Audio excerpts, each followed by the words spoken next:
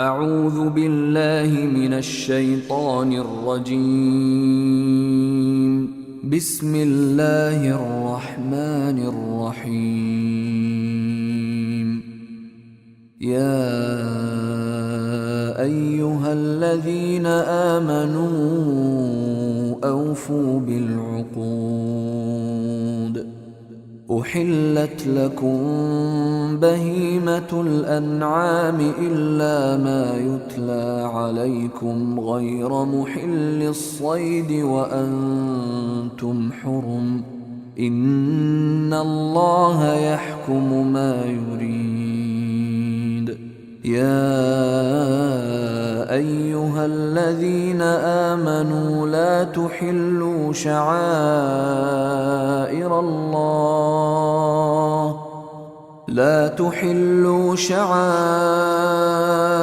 الله ولا الشهر الحرام ولا الهدي ولا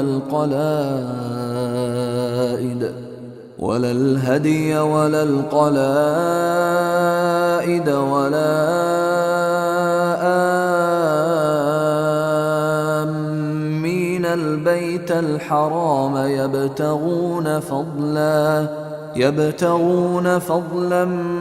من ربهم ورضوانا.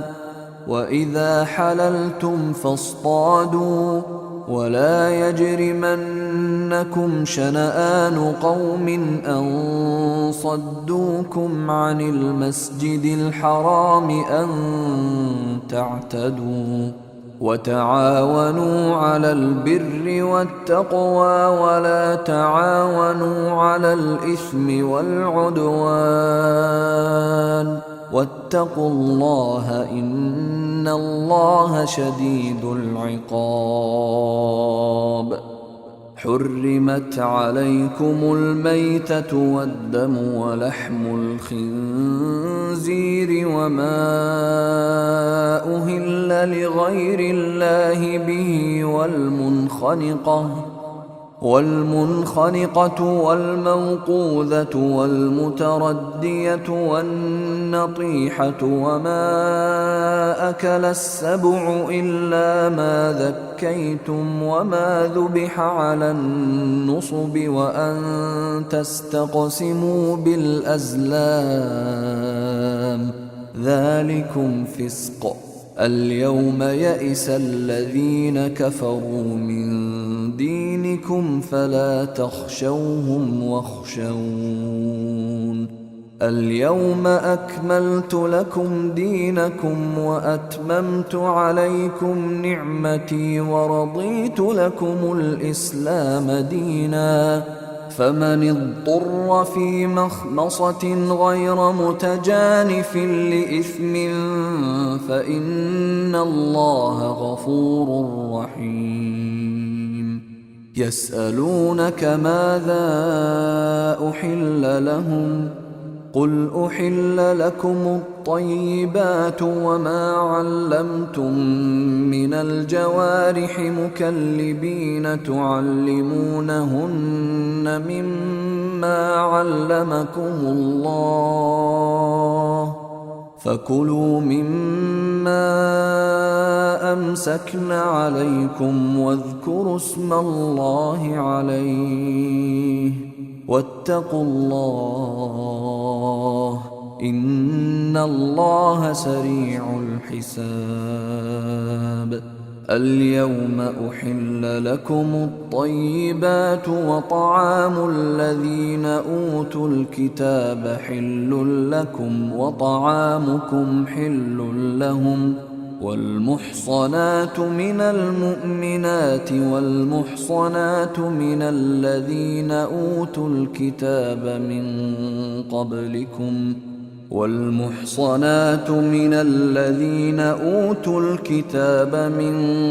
قبلكم إذا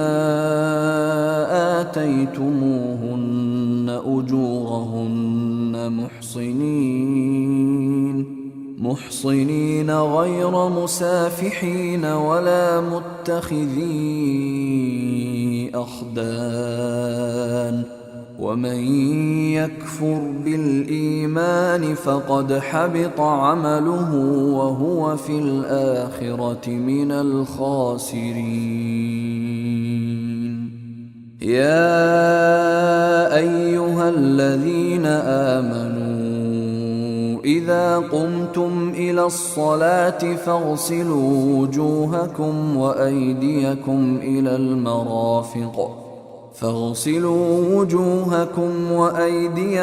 إلى المرافق وامسحوا برؤوسكم وأرجلكم إلى الكعبين،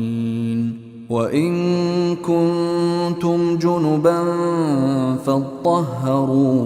وإن كنتم مرضى أو على سفر أو جاء أحد منكم من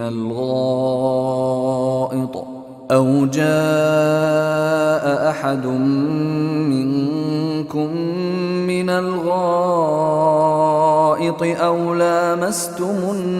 النساء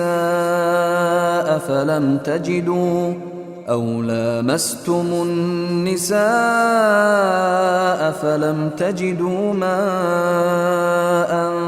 فتيمموا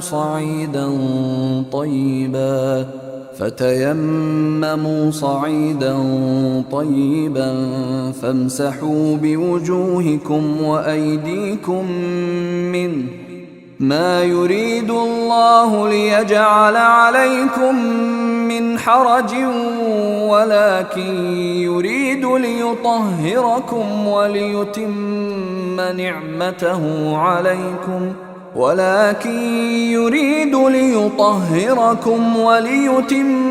نعمته عليكم لعلكم تشكرون. واذكروا نعمة الله عليكم وميثاقه الذي واثقكم به إذ قلتم سمعنا وأطعنا واتقوا الله إن الله عليم بذات الصدور. يا أيها الذين آمنوا كونوا قوامين لله شهداء بالقسط ولا يجرمنكم شنآن قوم على ألا تعدلوا، اعدلوا هو أقرب للتقوى واتقوا الله إن الله خبير بما تعملون. وعد الله الذين آمنوا وعملوا الصالحات لهم مغفرة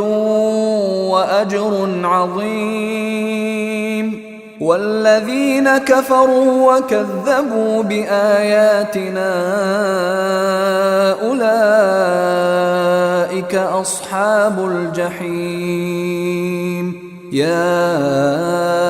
أيها الذين آمنوا اذكروا نعمة الله عليكم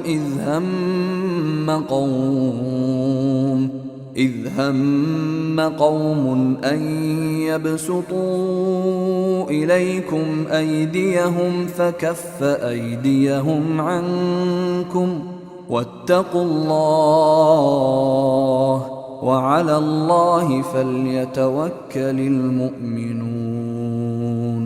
ولقد أخذ الله ميثاق بني إسرائيل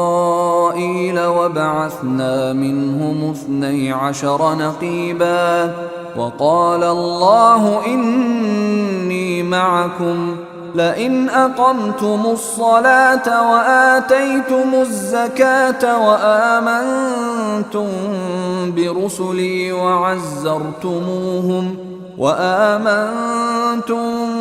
برسلي وعزرتموهم وأقرضتم الله قرضا حسنا لأكفرن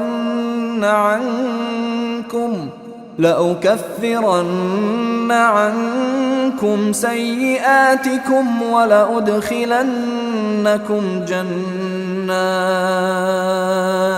ولأدخلنكم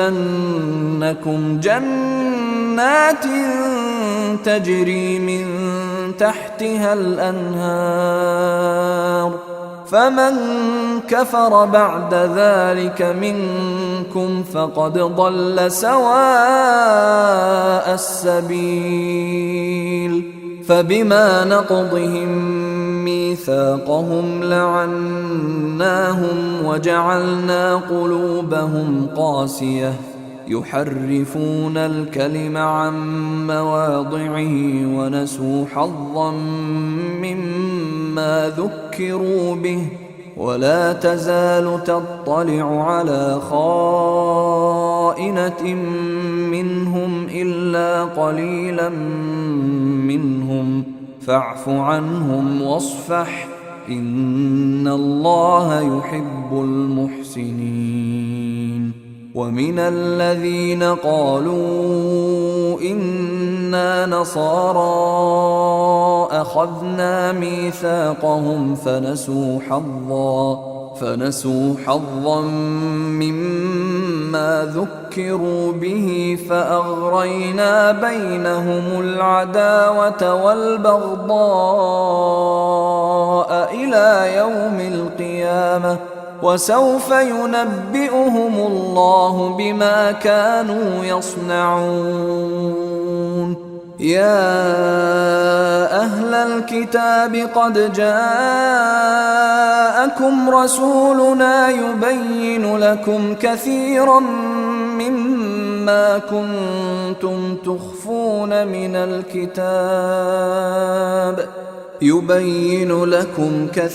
مما كنتم تخفون من الكتاب ويعفو عن كثير قد جاءكم من الله نور وكتاب مبين يهدي به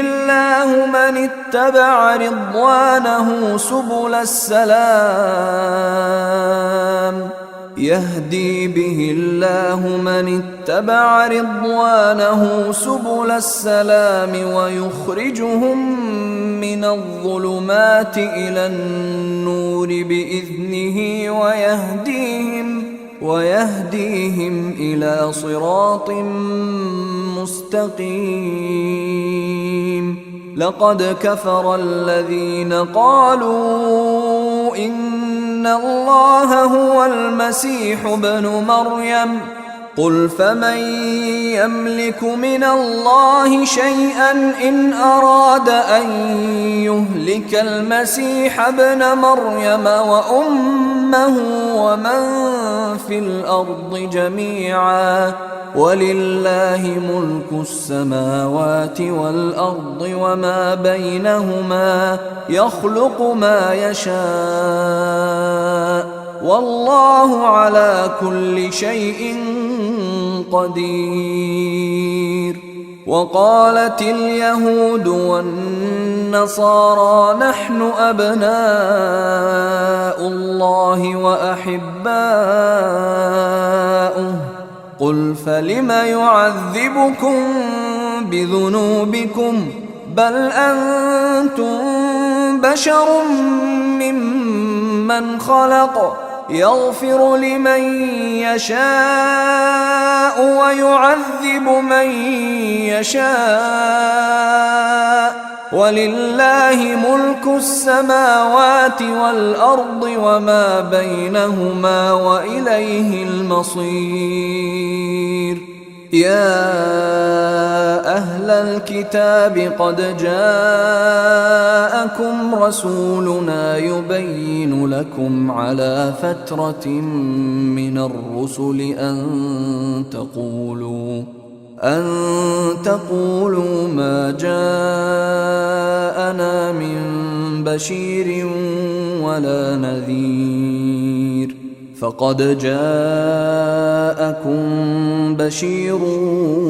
ونذير والله على كل شيء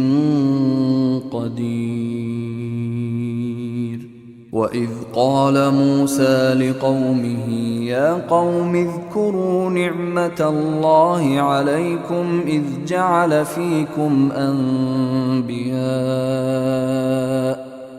جعل فيكم أنبياء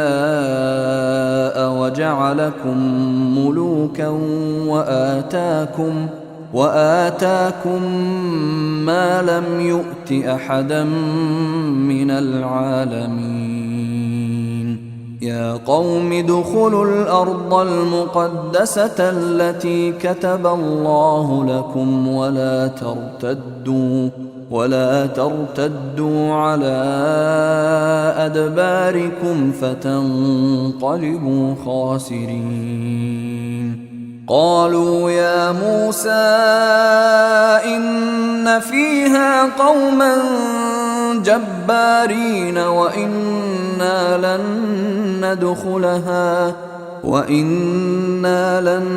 ندخلها حتى يخرجوا منها فإن يخرجوا منها فإنا داخلون قال رجلان من الذين يخافون أنعم الله عليهم ادخلوا عليهم الباب فإذا دخلتموه فإنكم غالبون وعلى الله فتوكلوا إن كنتم مؤمنين قالوا يا موسى إنا لن ندخلها أبدا ما داموا فيها فاذهب أنت وربك فقاتلا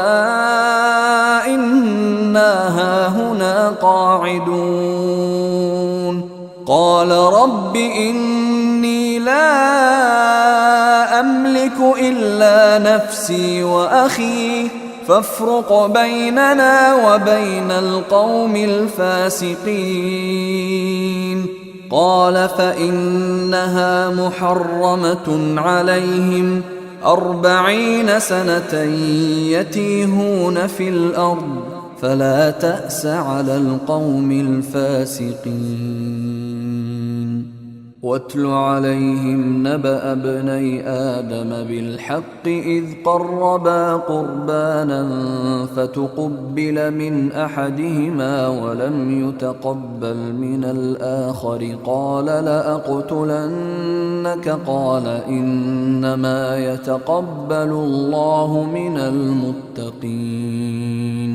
لئن بسطت إلي يدك لتقتلني ما أنا بباسط يدي إليك لأقتلك إني أخاف الله رب العالمين إني أريد أن تبوء بإثمي وإثمك فتكون من أصحاب النار وذلك جزاء الظالمين فطوعت له نفسه قتل أخيه فقتله فأصبح من الخاسرين فبعث الله غرابا يبحث في الأرض ليريه كيف يواري سوءة أخيه قال يا ويلتى أعجزت أن أكون مثل هذا الغراب فأواري سوءة أخي فأصبح من النادمين من أجل ذلك كتبنا على بني إسرائيل أنه من قتل نفسا بغير نفس أو فساد في الأرض فكأنما قتل الناس جميعا ومن أحياها فكأنما أحيا الناس جميعا ولقد جاءتهم رسلنا بالبينات ثم إن كثيرا منهم بعد ذلك في الأرض لمسرفون إنما جزاء الذين يحاربون الله ورسوله ويسعون في الأرض فسادا أن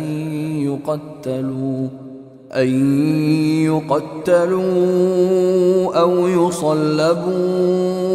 أو تقطع أيديهم وأرجلهم من خلاف أو ينفوا من الأرض ذلك لهم خزي في الدنيا ولهم في الآخرة عذاب عظيم إلا الذين تابوا من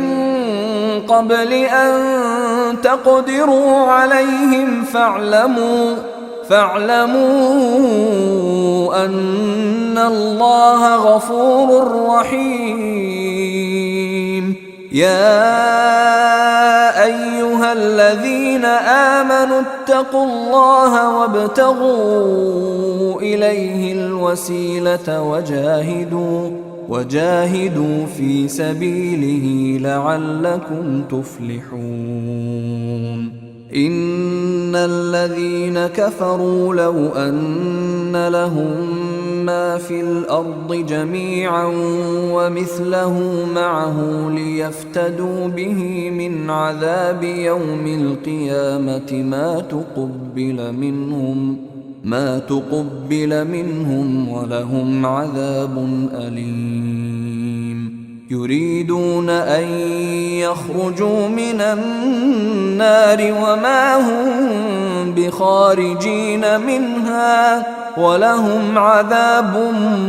مقيم والسارق والسارقة فاقطعوا أيديهما جزاء بما كسبا نكالا من الله والله عزيز حكيم فمن تاب من بعد ظلمه وأصلح فإن الله يتوب عليه إن الله غفور رحيم ألم تعلم أن الله له ملك السماوات والأرض يعذب من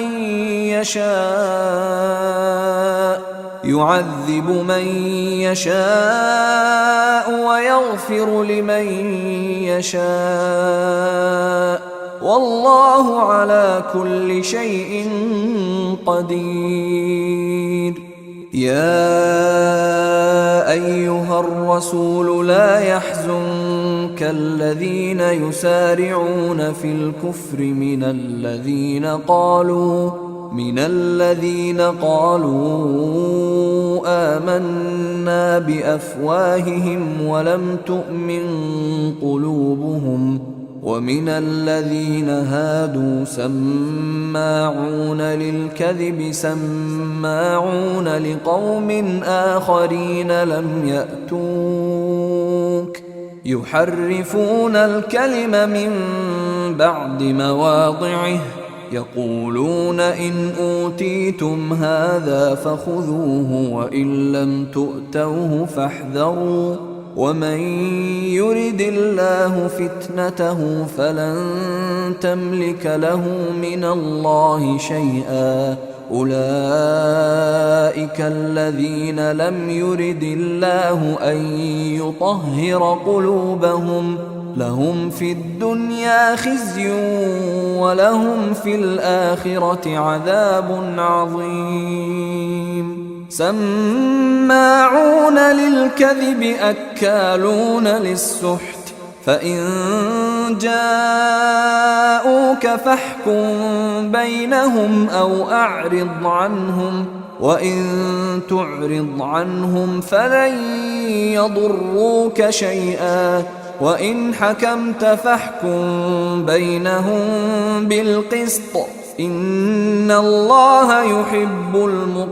المقسطين. وكيف يحكمونك وعندهم التوراة فيها حكم الله ثم يتولون من بعد ذلك وما أولئك بالمؤمنين. إنا أنزلنا التوراة فيها هدى ونور يحكم بها النبيون الذين أسلموا للذين هادوا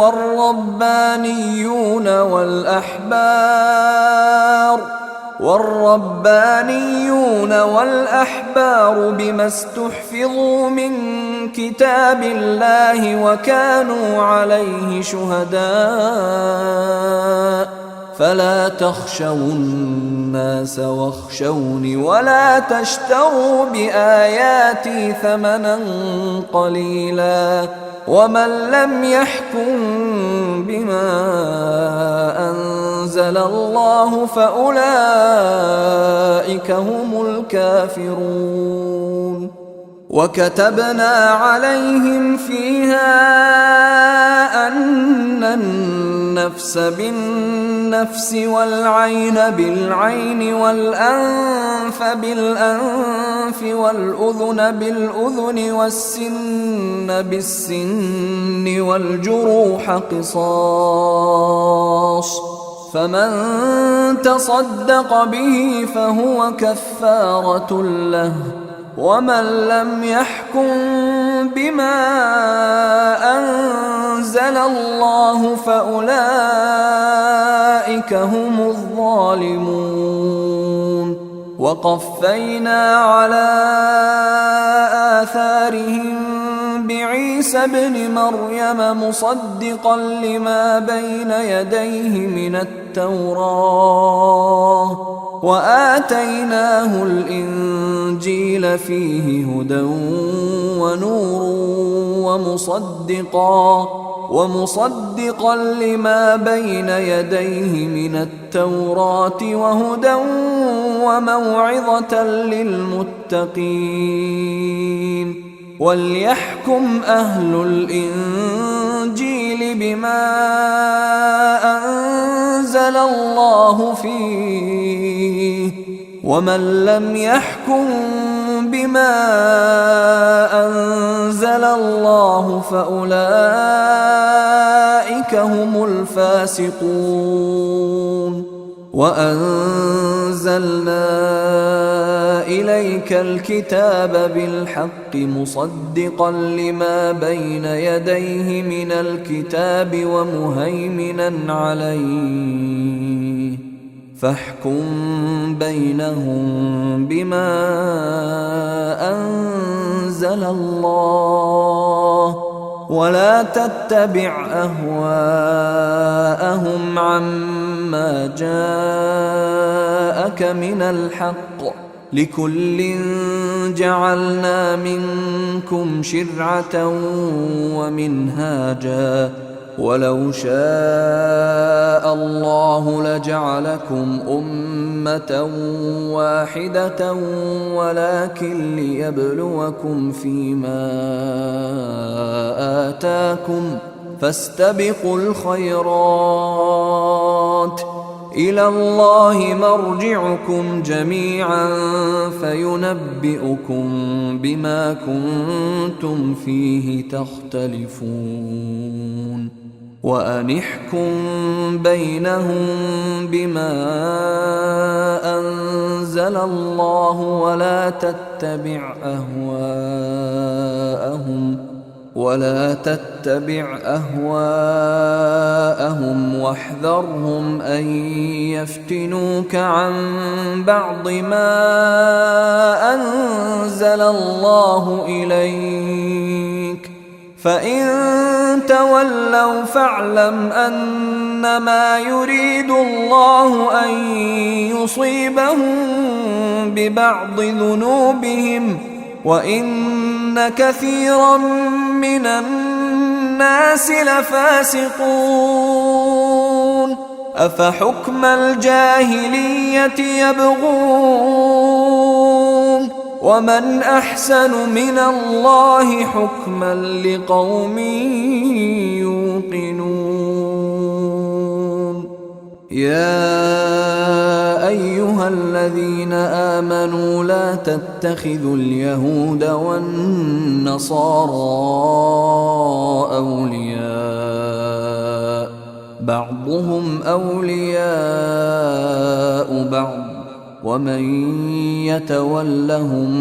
منكم فإنه منهم إن الله لا يهدي القوم الظالمين. فترى الذين في قلوبهم مرض يسارعون فيهم يقولون نخشى أن تصيبنا دائرة فعسى الله أن يأتي بالفتح أو أمر من عنده فيصبحوا على ما أسروا في أنفسهم نادمين. ويقول الذين آمنوا أهؤلاء الذين أقسموا بالله جهد أيمانهم إنهم لمعكم حبطت أعمالهم فأصبحوا خاسرين. يا أيها الذين آمنوا من يرتد منكم عن دينه فسوف يأتي الله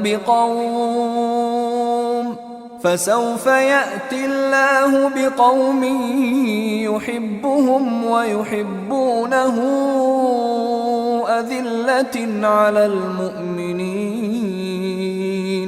أذلة على المؤمنين أعزة على الكافرين يجاهدون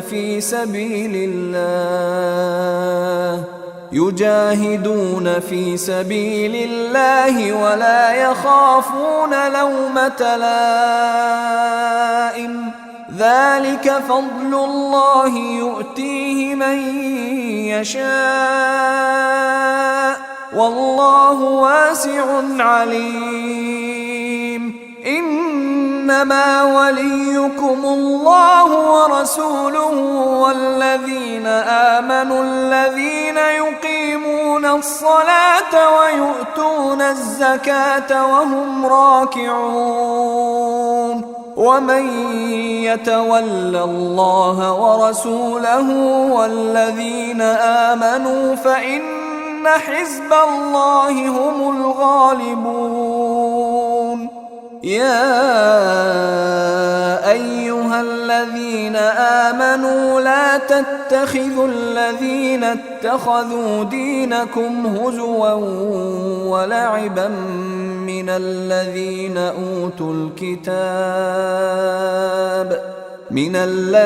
أوتوا الكتاب من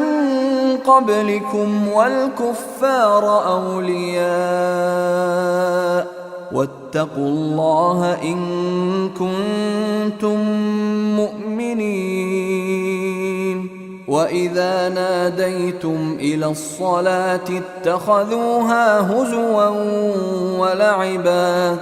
ذلك بأنهم قوم لا يعقلون. قل يا أهل الكتاب هل تنقمون منا إلا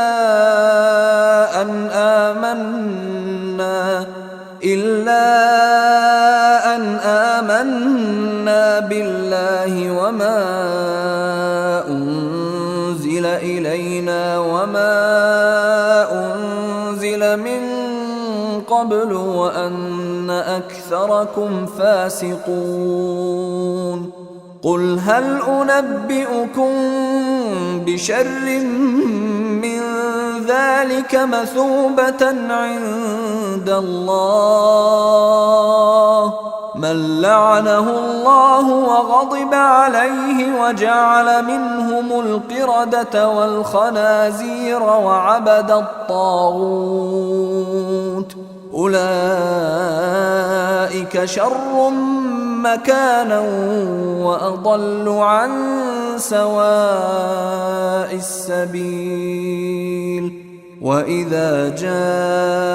جاءوكم قالوا آمنا وقد دخلوا بالكفر وهم قد خرجوا به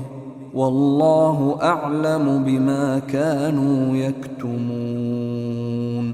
وترى كثيرا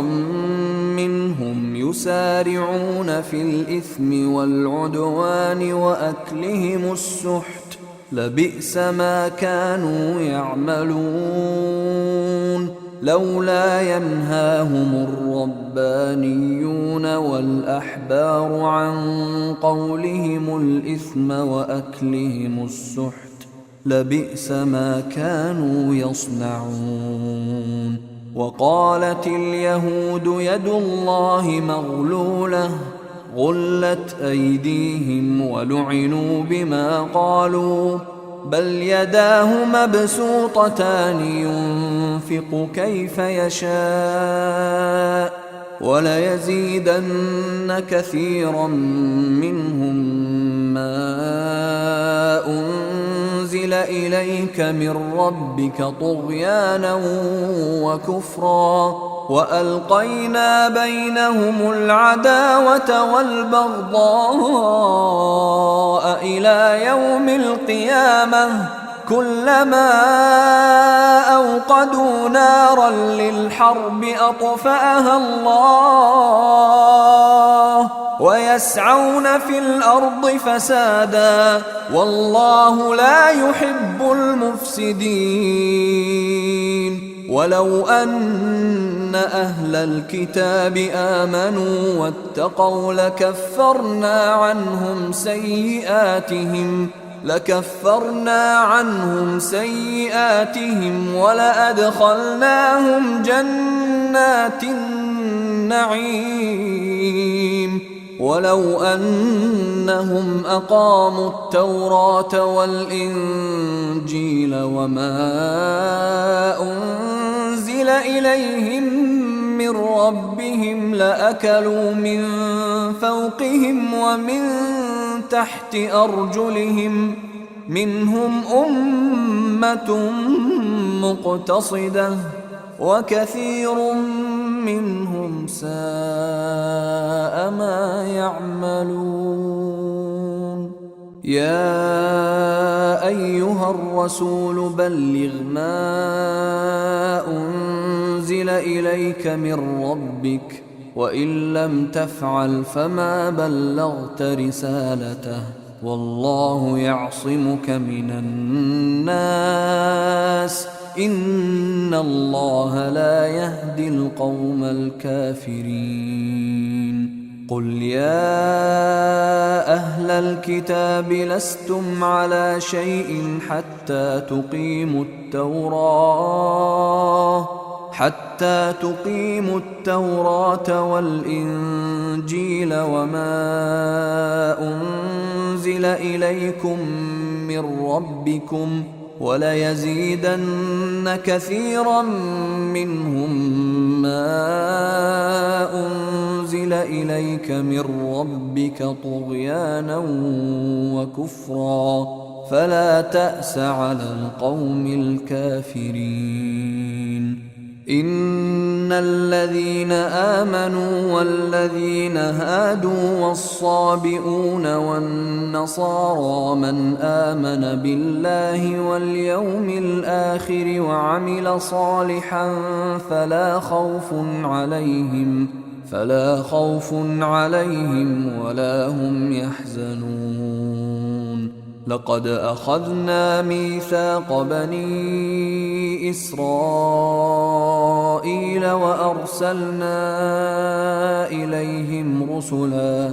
كلما جاءهم رسول بما لا تهوى أنفسهم فريقا كذبوا وفريقا يقتلون وحسبوا ألا تكون فتنة فعموا وصموا ثم تاب الله عليهم ثم عموا وصموا كثير منهم والله بصير بما يعملون لقد كفر الذين قالوا إن الله هو المسيح ابن مريم وقال المسيح يا بني إسرائيل اعبدوا الله ربي وربكم إنه من يشرك بالله فقد حرم الله عليه الجنة ومأواه النار وما للظالمين من أنصار لقد كفر الذين قالوا إن الله ثالث ثلاثة وما من إله إلا إله واحد وإن لم ينتهوا عما يقولون ليمسن الذين كفروا منهم عذاب أليم أفلا يتوبون إلى الله ويستغفرونه والله غفور رحيم ما المسيح ابن مريم إلا رسول قد خلت من قبله الرسل وأمه صديقة كانا يأكلان الطعام انظر كيف نبين لهم الآيات ثم انظر أنى يؤفكون قل أتعبدون من دون الله ما لا يملك لكم ضرا ولا نفعا والله هو السميع العليم قل يا أهل الكتاب لا تغلوا في دينكم غير الحق ولا تتبعوا أهواء قوم قد ضلوا من قبل وأضلوا كثيرا وضلوا عن سواء السبيل لعن الذين كفروا من بني إسرائيل على لسان داود وعيسى بن مريم ذلك بما عصوا وكانوا يعتدون كانوا لا يتناهون عن منكر فعلوه لبئس ما كانوا يفعلون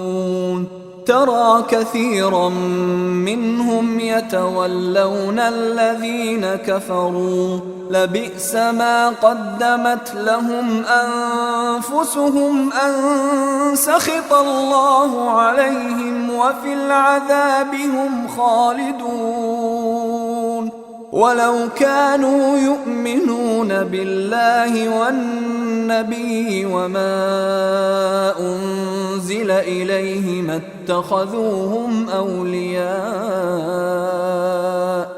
اتخذوهم أولياء ولكن كثيرا منهم فاسقون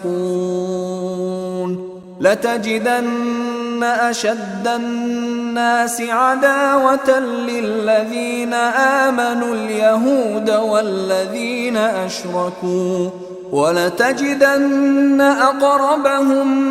مودة للذين آمنوا الذين قالوا إنا نصارى ذلك بأن منهم قسيسين ورهبانا وأنهم لا يستكبرون وإذا سمعوا ما أنزل إلى الرسول ترى أعينهم تفيض من الدمع مما عرفوا من الحق يقولون ربنا آمنا فاكتبنا مع الشاهدين وما لنا لا نؤمن بالله وما جاءنا من الحق ونطمع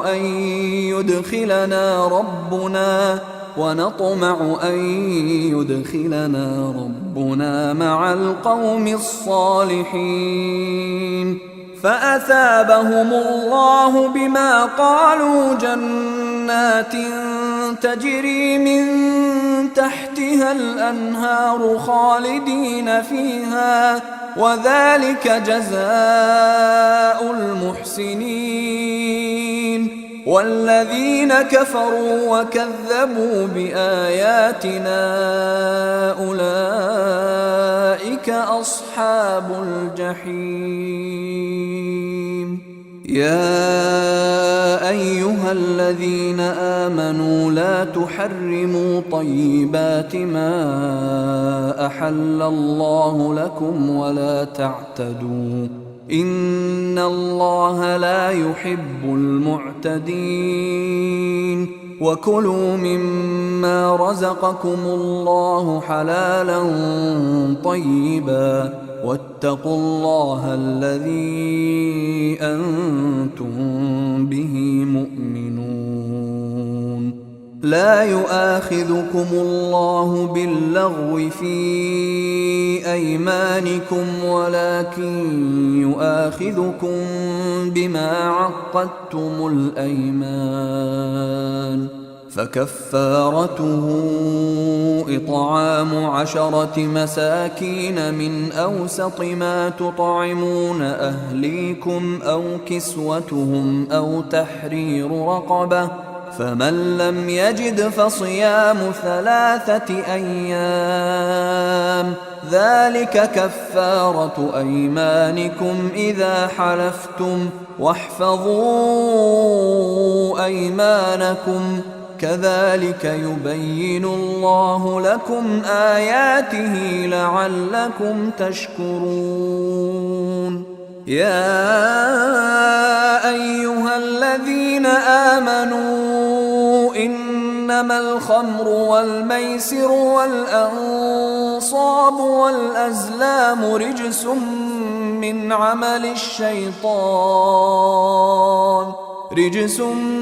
من عمل الشيطان فاجتنبوه لعلكم تفلحون إنما يريد الشيطان أن يوقع بينكم العداوة والبغضاء في الخمر والميسر ويصدكم عن ذكر الله وعن الصلاة فهل أنتم منتهون وأطيعوا الله وأطيعوا الرسول واحذروا فإن توليتم فاعلموا أنما على رسولنا البلاغ المبين ليس على الذين آمنوا وعملوا الصالحات جناح فيما طعموا إذا ما اتقوا وآمنوا وعملوا الصالحات ثم اتقوا وأحسنوا والله يحب المحسنين يا أيها الذين آمنوا ليبلونكم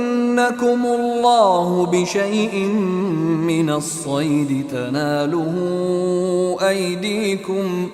تناله أيديكم ورماحكم ليعلم الله من يخافه بالغيب، فمن اعتدى بعد ذلك فله عذاب أليم. يا أيها الذين آمنوا لا تقتلوا الصيد وأنتم حرم، ومن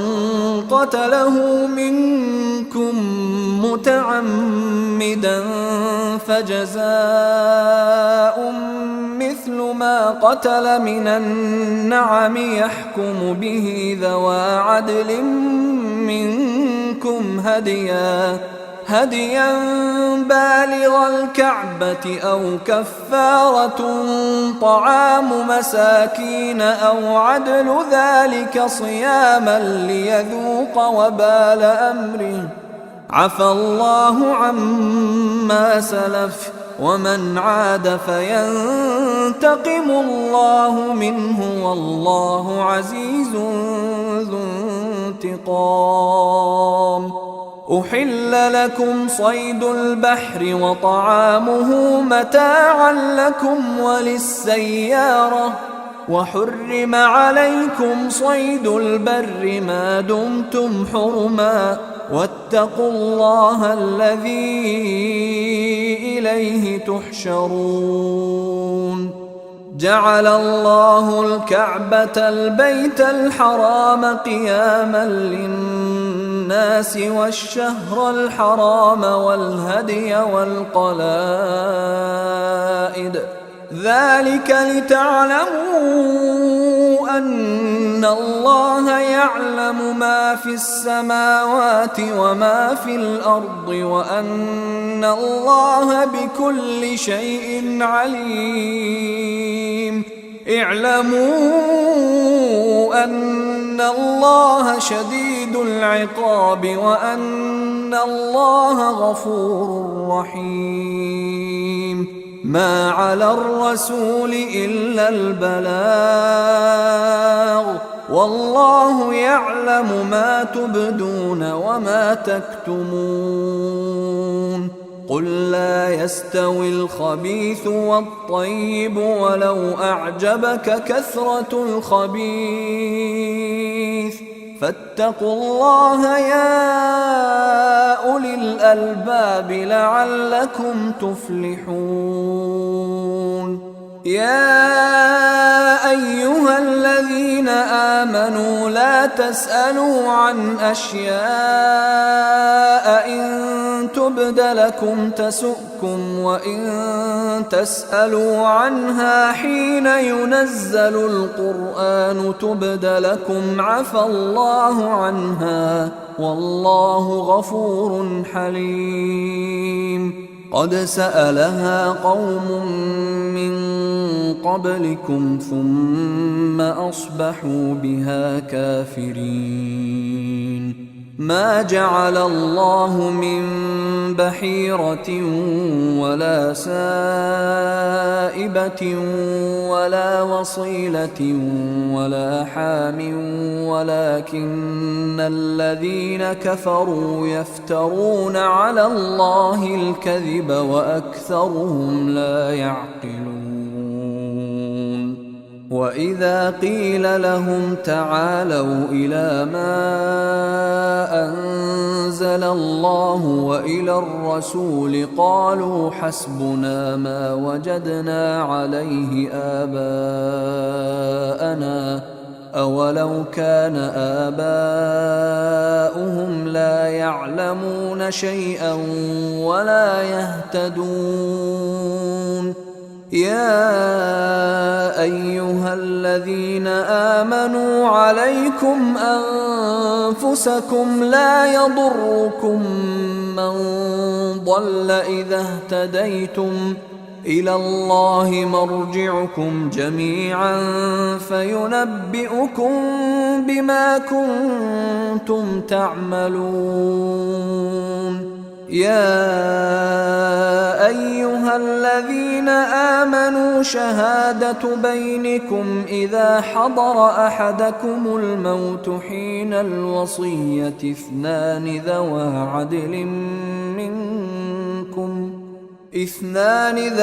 عدل منكم أو آخران من غيركم إن أنتم ضربتم في الأرض فأصابتكم مصيبة الموت تحبسونهما من بعد الصلاة فيقسمان بالله إن ارتبتم لا نشتري به ثمنا ولو كان ذا قربى ولا نكتم شهادة الله إنا إذا لمن الآثمين. فإن عثر على أنهما استحقا إثما فآخران يقومان مقامهما من الذين استحق عليهم الأوليان فيقسمان بالله لشهادتنا أحق من شهادتهما وما اعتدينا إنا إذا لمن الظالمين. ذلك أدنى أن يأتوا بالشهادة على وجهها أو يخافوا أن ترد أيمان بعد أيمانهم واتقوا الله واسمعوا والله لا يهدي القوم الفاسقين. يوم يجمع الله الرسل فيقول ماذا أجبتم قالوا لا علم لنا إنك أنت علام الغيوب. إذ قال الله يا عيسى ابن مريم اذكر نعمتي عليك وعلى والدتك إذ أيدتك بروح القدس تكلم الناس في المهد وكهلا وإذ علمتك الكتاب والحكمة والتوراة والإنجيل وإذ تخلق من الطين كهيئة الطير بإذني فتنفخ فيها فتكون طيرا بإذني وتبرئ الأكمه والأبرص بإذني وإذ تخرج الموتى بإذني وإذ كففت بني إسرائيل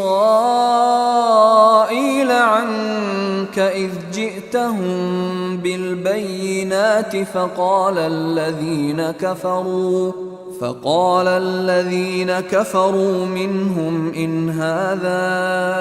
إلا سحر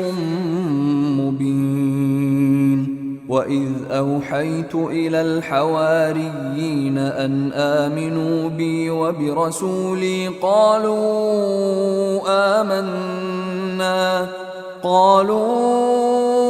آمنا واشهد بأننا مسلمون. إذ قال الحواريون يا عيسى ابن مريم هل يستطيع ربك أن ينزل علينا مائدة من السماء قال اتقوا الله إن كنتم مؤمنين. قالوا نريد نريد أن نأكل منها وتطمئن قلوبنا ونعلم أن قد صدقتنا ونكون عليها من الشاهدين. قال عيسى ابن مريم اللهم ربنا أنزل علينا مائدة من السماء تكون لنا عيدا لأولنا وآخرنا وآية منك وارزقنا وأنت خير الرازقين. قال الله إني منزلها عليكم فمن يكفر بعد منكم فإني